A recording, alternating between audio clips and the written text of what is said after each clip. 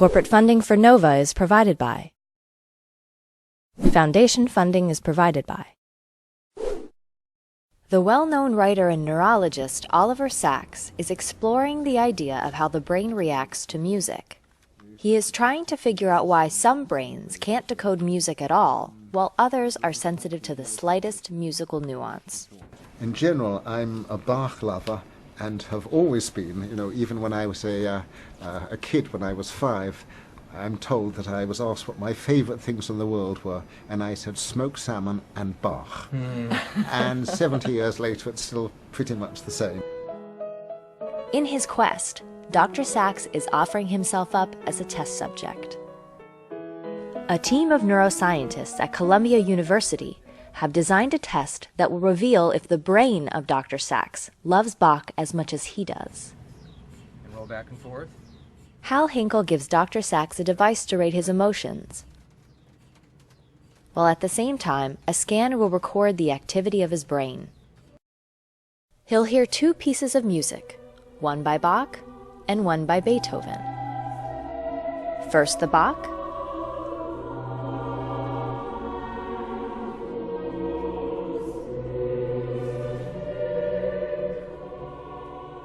then the Beethoven.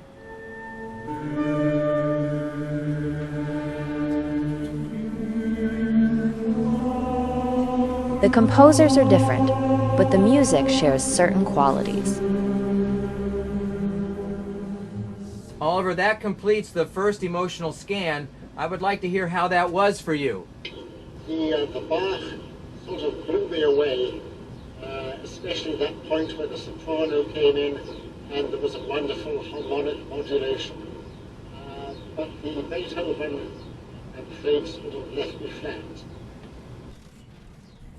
The results of the scan amazingly seem to confirm his feelings. What you can see just in an immediate overview here is that this is your Bach brain and this is your Beethoven brain. Sorry, Ludwig. Yeah, sorry, Ludwig. There's not much there. Bach clearly excited much of his brain, including the many regions essential to appreciating the complexity of music. But unlike Beethoven, Bach activated the amygdala, which is vital to processing emotions. Here we see large activity associated with the right amygdala when you're listening to Bach. There is none of that when you are listening to this very comparable piece in Beethoven.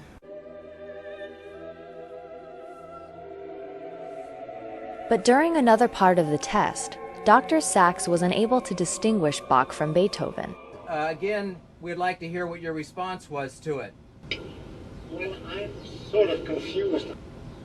I could hardly differentiate Bach from Beethoven, and that doesn't seem to move me very much. But his brain tells a different story. The remarkable finding for you was even when you might have thought it was Beethoven, Even when I was confused. your brain can tell Bach from Beethoven. Dr. Sacks clearly favors Bach over Beethoven. Even when he couldn't tell them apart, the brain scan on the left still shows increased activity. So in fact, his brain recognizes the difference and makes its preference clear. And so my brain knows even when I don't. That's the conclusion. Right. Your brain can distinguish them even when you don't. Uh-huh.